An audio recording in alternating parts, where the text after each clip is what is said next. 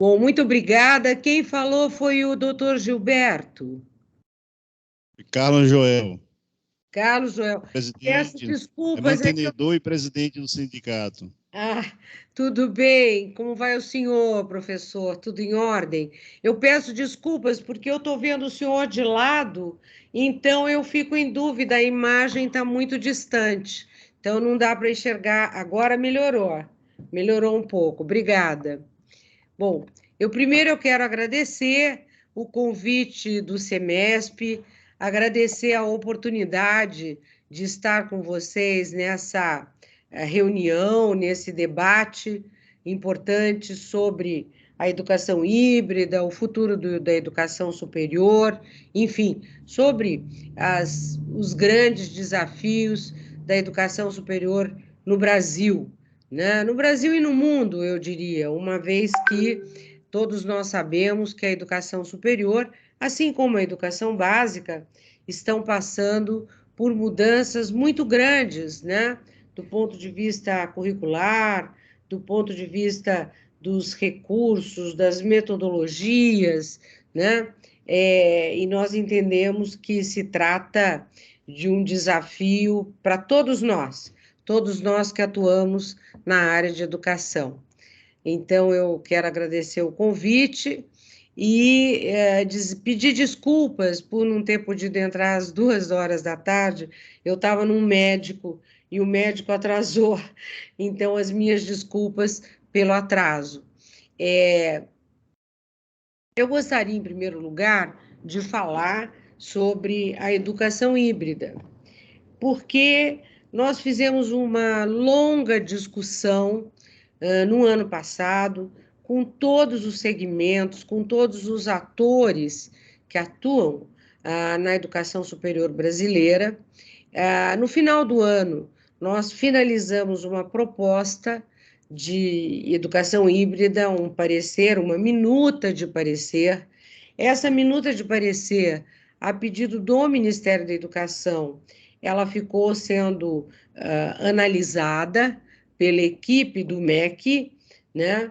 E apenas anteontem nós recebemos, faz menos de 2 dias, né? Foi no final da terça-feira, da última terça-feira, no final do dia, nós recebemos muitas contribuições do Ministério da Educação com propostas de mudança, de alterações e algumas indagações sobre o nosso parecer de educação híbrida, né? Diante disso, eu confesso que eu me sinto um pouco até constrangida de falar sobre o parecer, uma vez que o nosso parecer passará por mudanças importantes. As mudanças maiores serão na área de educação básica. A Secretaria de Educação Básica do MEC fez muitas sugestões, a CETEC também, mas a Secretaria de Ensino Superior, a CESU, também fez várias sugestões de mudança no parecer de educação híbrida, né? E com isso, nós ficamos assim, como dizer, nós ficamos de ontem para hoje em processo de discussão e análise dos documentos que recebemos do Ministério da Educação. De fato, o que nós observamos em relação à educação híbrida é que, no mundo todo, a educação híbrida não é compreendida como uma modalidade.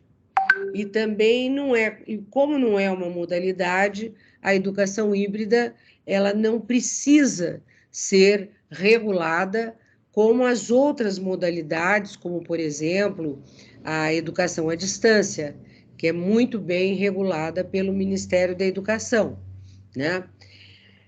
A ideia de que a educação híbrida não se constitua em modalidade, ela é preservada pelos documentos do Ministério da Educação. Então, a visão do Ministério da Educação continua sendo a de que a educação híbrida não é uma modalidade e, portanto, não será regulada como modalidade. No entanto, há diferentes aspectos acerca da educação híbrida, de como ela poderá ser contemplada nos currículos, né? Como ela poderá ser incluída na carga horária dos cursos de graduação, né? Tudo isso ainda está em discussão e eu tenho alguma dificuldade, inclusive gostaria até de sugerir, né, à CEMESP que organize posteriormente um debate mais para frente, daqui uns 15 dias, eu acredito, né, um debate. Olha, agora melhorou. Um debate com o Luiz Cury, que é o conselheiro relator do parecer de educação híbrida, e com a professora Sueli, que está tratando mais da educação híbrida para a educação básica, né? Por que eu estou tendo esse cuidado, né? O cuidado é porque nós ainda não temos uma posição finalizada, concluída, acerca das recomendações do Ministério da Educação. Então, seria, assim, de alguma maneira irresponsável da minha parte, apresentar qualquer ideia que possa não ser, digamos assim, considerada o parecer final de educação híbrida. Há uma previsão de que nós não faremos a discussão e a votação da educação híbrida agora, na reunião da semana que vem, né? Porque, no caso da educação básica, há uma série de documentos que precisam ser analisados com cuidado, né? Para que, posteriormente, a gente possa avaliar, discutir e votar. No caso da educação superior, o conselheiro Luiz Cury, ele está dialogando com o secretário Wagner, da CESU, né, vendo alguns pontos que podem ser, digamos assim, aperfeiçoados, né, a partir das propostas do MEC, mas, de todo modo, nós estamos tendo esse cuidado de aguardar um pouco. Eu peço desculpas a todos da CEMESP que estão nos acompanhando, mas nós fomos pegos de surpresa, né? Na terça-feira, quando o MEC nos encaminhou muitos documentos, alguns bem longos, né? Então, eu acho que seria não só mais útil, como mais, digamos, responsável e melhor para todas as instituições de ensino superior, fazer uma conversa específica após a análise e a leitura dos documentos que o MEC nos enviou, né? O único ponto que eu ressalto é o que eu ressaltei ali no início, quanto à necessidade da educação híbrida não ser considerada uma modalidade, né? Ela continuará sendo considerada uma metodologia, uma estratégia de ensino e aprendizagem para aperfeiçoar o aprendizado presencial, né? Enfim, esse cuidado, nós sabemos que o MEC está de acordo com a nossa proposta. Agora, alguns pontos relacionados a curricularização da extensão, há pontos relacionados ao tempo que deve ser dedicado à educação híbrida, há muitos pontos que ainda não estão definidos, né? Por essa razão, eu, mais uma vez, peço assim, a atenção de vocês, né, e o apoio para que a gente tenha esse tempo para poder discutir na semana que vem ou na outra semana. Bom, em relação aos demais pontos, né, eu acredito que algo que está na linha de frente da educação superior é o uso das tecnologias na educação superior.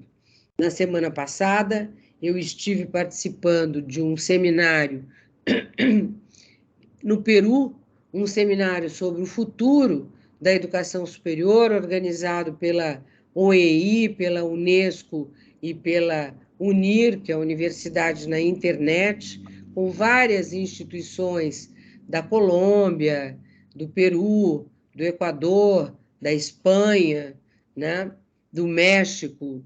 E o seminário foi muito interessante, mostrou aspectos semelhantes aos problemas que nós estamos enfrentando aqui.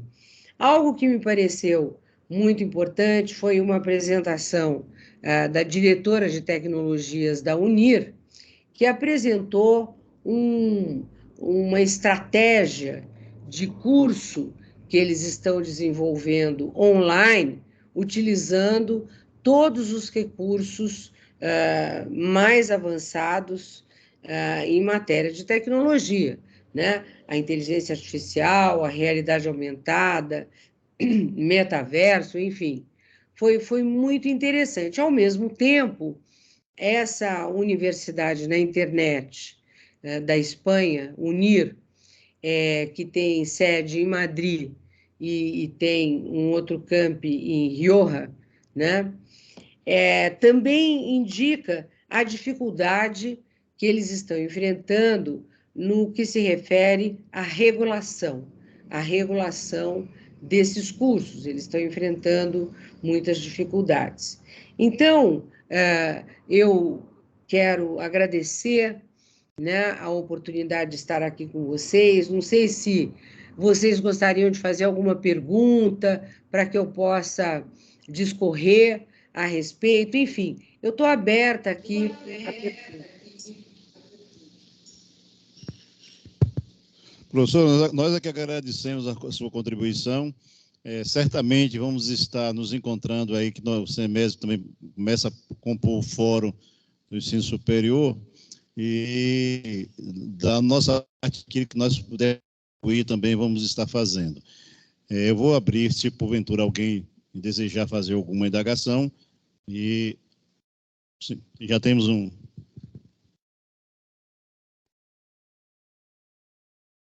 O doutor Kovac vai abordar o...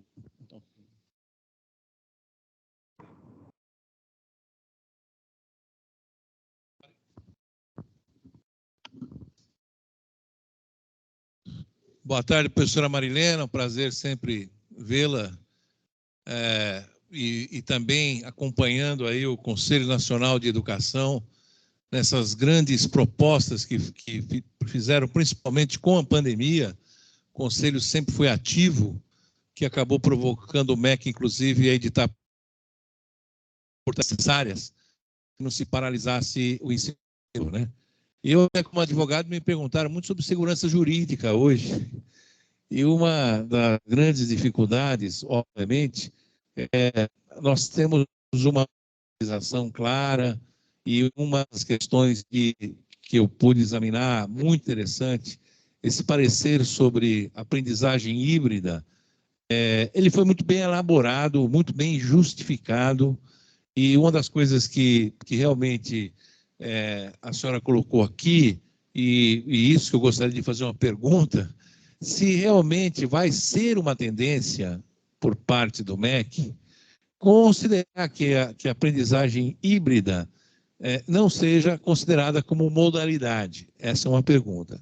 A segunda pergunta é com relação à resolução número 7 de 2018, que no artigo 9º, ela traz que, no caso do ensino à distância, as atividades de extensão têm que ser presencial. Contrário senso, nos cursos presenciais pode ser à distância. Óbvio que agora, com a pandemia, as extensões foram feitas de forma remota, mas a senhora entende que poderia ter uma modificação de forma a permitir que a extensão também pudesse ser feita à distância? Bom, muito obrigada, doutor Kovac, é um prazer vê-lo aqui, agradeço muito. Bom, primeiro, os documentos que o MEC nos enviou, em geral, os documentos da CESU e da SERES, eles reafirmam que a educação híbrida, a aprendizagem híbrida ou abordagens híbridas não serão uma modalidade, né?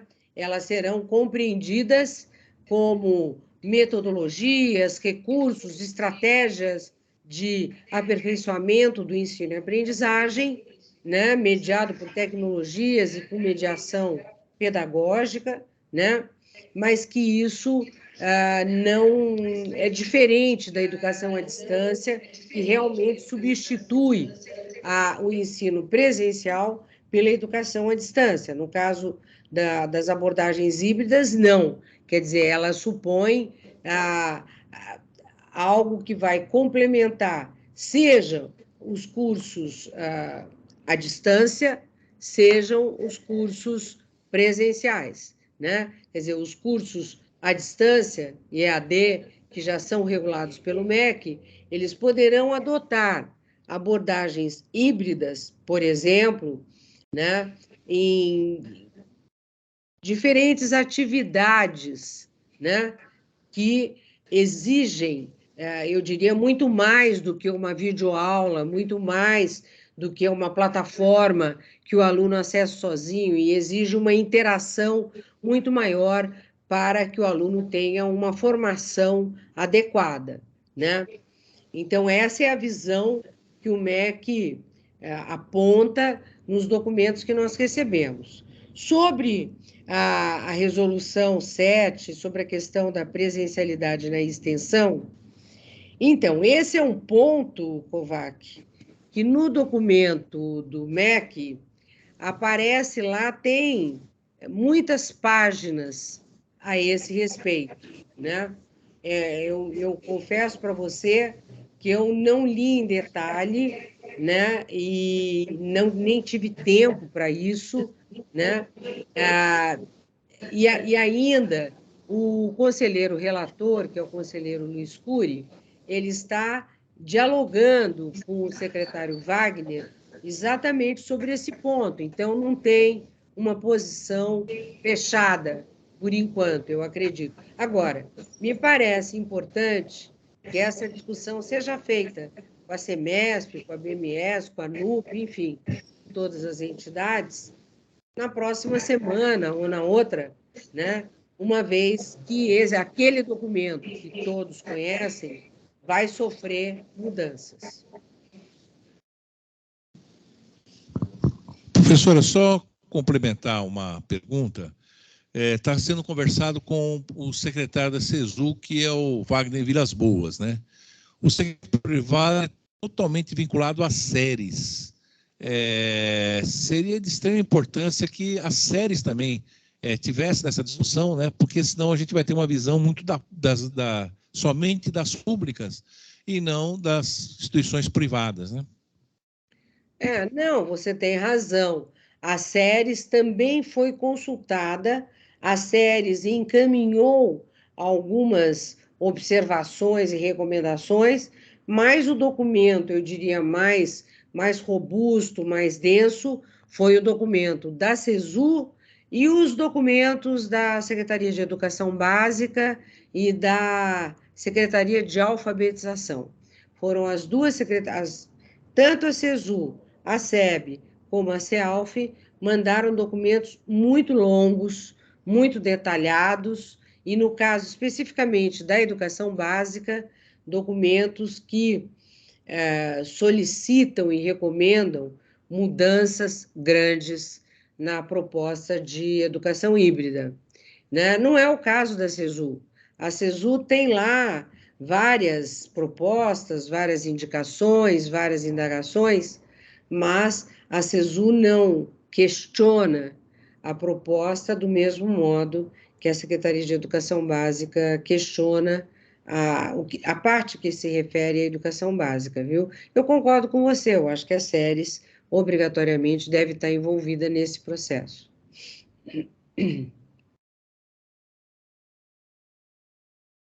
Alguém mais?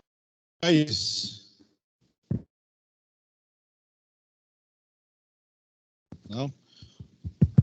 Professora, alguém quer dar ação? Não, né? Professora, nós agradecemos a sua contribuição e certamente vamos ter a oportunidade mais na frente de voltarmos a esse tema. E gostaríamos muito de contar com a sua contribuição, que certamente vai acontecer pela sua disponibilidade que tem tido ao longo do debate sobre o ensino no Brasil. Mas o ensino como um todo. E nós estamos sempre pensando o seu caminhar e aprendendo bastante com ele. Olha, muito obrigada. Eu esperar que no próximo evento possamos estar juntos aí conversando sobre ensino superior.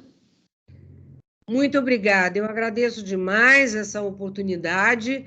Acho necessário voltarmos a tratar desse assunto assim que o Conselho Nacional tiver lido com calma, analisado, e para ver o que nós vamos aproveitar, o que não iremos aproveitar das recomendações do MEC ao parecer de educação híbrida. Vai dar trabalho, está dando trabalho, né? O CURI já está trabalhando na parte do ensino superior, a Sueli está começando a trabalhar na educação básica, e tudo isso foi de ontem para hoje, então eu peço a compreensão de todos vocês, ao tempo em que eu digo, nós somos sempre muito transparentes no Conselho Nacional de Educação, então o que nós não queremos é criar nenhum tipo de expectativa equivocada, né? Nós entendemos que o ensino superior público e privado é nosso parceiro nas discussões sobre educação e que é muito importante mantermos essa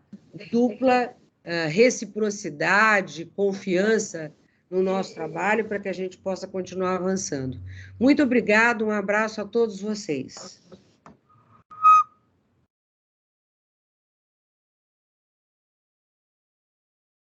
Nós agradecemos.